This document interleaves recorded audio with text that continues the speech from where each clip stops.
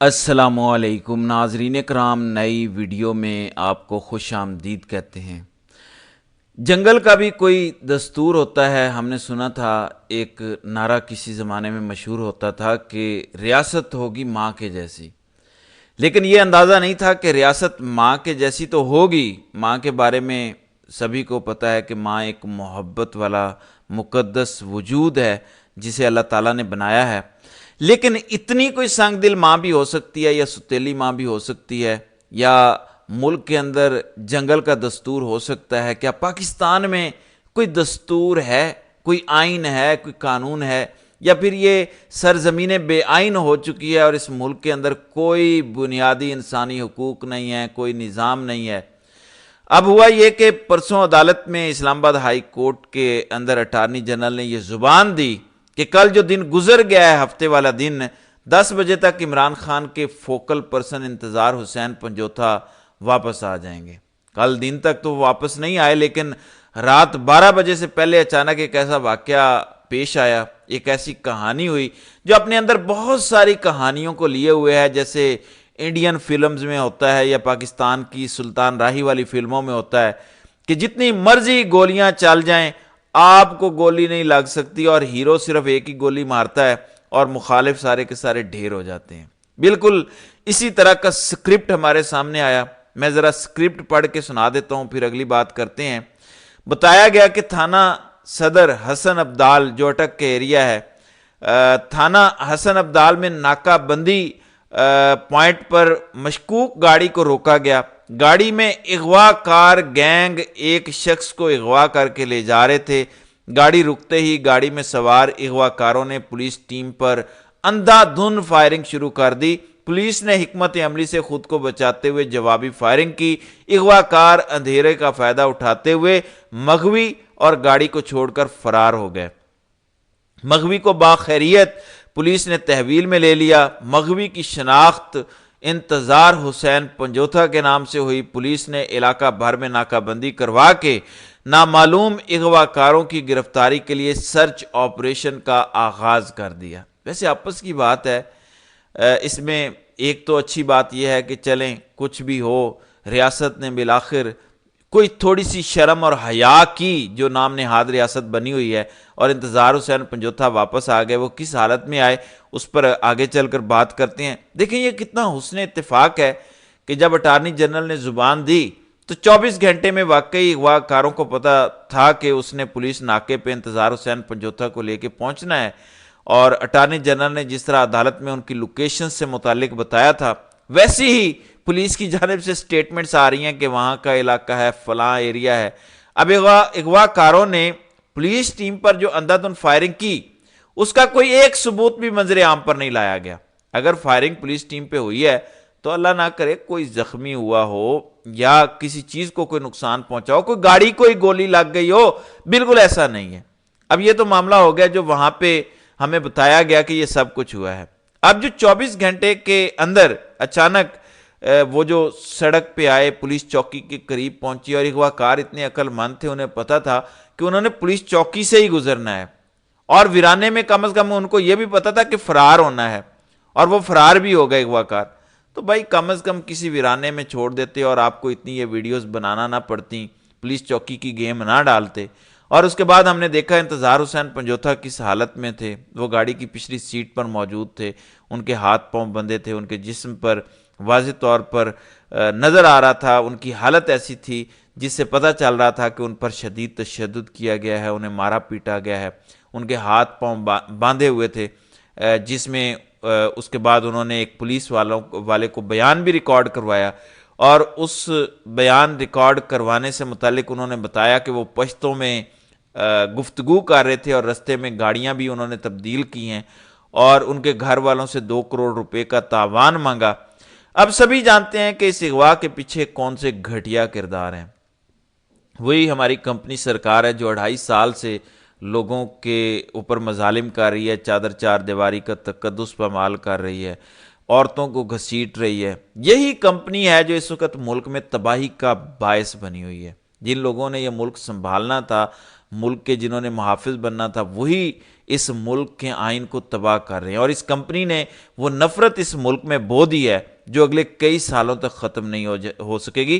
سبھی جانتے ہیں کہ اس کی ریالٹی کیا ہے، سبھی کو پتہ ہے کہ عمران خان کے وکیل انتظار حسین پنجوتا کو کس جرم کی سزا ملی ہے، عمران خان سے وفاداری کی سزا ملی ہے، اور ابھی یہ سن رہے ہیں کہ قاضی کے ساتھ جی لندن میں وہ ہو گیا، جن لوگوں نے احتجاج کیا ان کے گھروں پہ لاہور میں اور باقی پورے ملک میں چھاپے مارے جا رہے ہیں، ان کے رشتہ داروں کو اٹھایا جا رہا ہے، زد و کوب کیا جا رہا ہے، ان کے شناختی کارڈ اور پاسپورٹ بلاک کرنے کی کوشش کی جا رہی ہے۔ یہ عقل کے اندھے صرف اتنا بتائیں کہ قاضی پر کوئی تشدد تو نہیں ہوا، قاضی کی یہ حالت تو نہیں ہے جو انتظار حسین پنجوتا کی انہوں نے کی ہے۔ تو محسن نقوی حوالدار جو ہے، جو اس ملک کا کرتا دھرتا بنا بیٹھا ہے، اسے پوچھیں کہ کیا انتظار حسین پنجوتا کو لے کر بھی کوئی شناختی کارڈ بلاک کریں گے، کوئی پاسپورٹ بلاک کریں گے، کسی کے گھر پہ چھاپا ماریں گے، یا پھر ریاست ہوگی ماں کے جیسی لیکن ماں وہ ستیلی ہوگی، تو یہ ستیلی ماں والا ہی سلوک کریں گے، یا پھر انہوں نے یہ جو سسٹم کے لائف لائنز ہیں، سسٹم کی جو انشورنس ہے، سسٹم کے جو لاڈلے ہیں، ان کے لیے یہ ساری سہولتیں رکھی ہیں۔ اب آپ دیکھیں ایک جانب قاضی فائزہ کے ساتھ جو کچھ ہوا، میں نے آپ کو بتایا کہ شناختی کارڈ بلاک، گھروں میں چھاپے، ایک اور کردار جسے دیکھ کر بڑی نفرت اور کراہت پیدا ہوتی ہے، ایک اے ایس پی ہے لاہور کی، میں کہتا ہوں یہ ایک ویلاگر اور ٹک ٹاکر ہے، اے ایس پی شہر بانو۔ پولیس والے کہتے ہیں یہ ہمارا گڈ فیس ہے، سبحان اللہ، گڈ فیس شہر بانو نقوی، یہ وہی خاتون ہے جو عشرہ والے علاقے پہ اور باقی واقعے پہ اور باقی جگہوں پہ ویلاگ بناتی نظر آئی۔ ایون پنجاب کالج والے معاملے میں جن طلباء پہ پرچے ہوئے وہ اسی وجہ سے ہوئے، پھر جنہوں نے ایک ٹویٹ کر کے اس ٹک ٹاکر کی شان میں گستاخی کی، اس ٹویٹ کو باقاعدہ ٹویٹر کو رپورٹ کیا گیا۔ اب اطلاعات آ رہی ہیں جو ابھی غیر مصدقہ ہیں، تصدیق ہونا باقی ہے، کہ جو پاکستان کرکٹ بورڈ ہے، خواتین کرکٹ بورڈ، اس کی سربراہی کے لیے ان کا نام زیر غور ہے یا زیر گردش ہے، اور امکان ہے کہ وہ آ سکتی ہیں، بالکل وہ آ سکتی ہیں۔ ایک محسن نقوی ہے جس پر پورا پاکستان لانتیں ڈالتا ہے، جو وفاق کا چہرہ بنا ہوا ہے، اور اب ایک شہر بانو نقوی ہے جو پولیس والوں کی محسن نقوی ثابت ہوئی ہے۔ اتنی ان کی کمپیٹنس اور اتنا کمال، میں حیران ہوں کہ ایسے ہو کیسے جاتا ہے، اتنا قسمت کا دھنی کوئی کیسے ہو سکتا ہے، یہ چیزیں یہ کیسے کر لیتے ہیں، یہ سمجھ سے بالا تر ہے۔ آج 3 نومبر ہے، جہاں پہ آپ نے یہ دیکھا کہ عمران خان کے فوکل پرسن کے ساتھ کیا ہوا، ان کے پارٹی کے لوگوں کے ساتھ کیا ہوا، ان کے کارکنان کے ساتھ کیا ہوا۔ آپ جانتے ہیں کہ آج سے 2 سال پہلے 3 نومبر کو ہی عمران خان پر وزیر آباد کے اندر ایک جان لیوا حملہ ہوا تھا، جس کے بعد عمران خان زیر علاج رہے، ان کی ٹانگ میں گولیاں لگی تھیں۔ 2 سال گزرنے کے بعد عمران خان پر مبینہ حملہ کرنے والا شخص کہاں ہے؟ کیا اسے سزا دی گئی؟ عمران خان کو تو سزائیں دینے کے لیے آپ راتوں رات 9 10 بجے تک عدالتیں لگاتے رہے۔ محمد عمیر جرنلسٹ ہیں نیوز 1 کے سے وہ وابستہ ہے، وہ کہتے ہیں کہ اس جان لیوا حملہ کیس میں جیو فینسنگ بھی نہیں ہو سکی، یعنی اس علاقے میں فون کون کون سے چل رہے تھے۔ اور ایک اندازہ کریں کہ Imran Khan former prime minister ہیں، اس وقت ان کی اپنی جماعت کی حکومت تھی اور وہ مقدمہ بھی درج نہیں کروا سکے تھے اپنی مدعیت میں۔